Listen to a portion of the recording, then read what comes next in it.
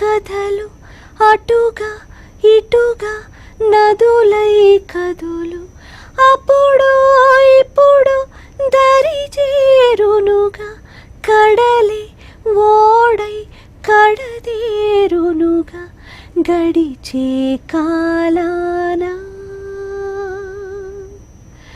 గతమేదైనా స్మృతి మాత్రమే కదా